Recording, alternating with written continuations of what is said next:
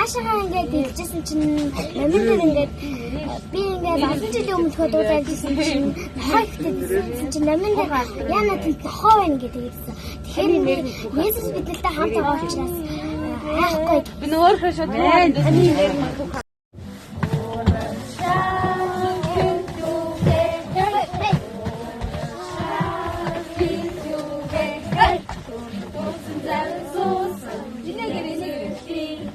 Jesus,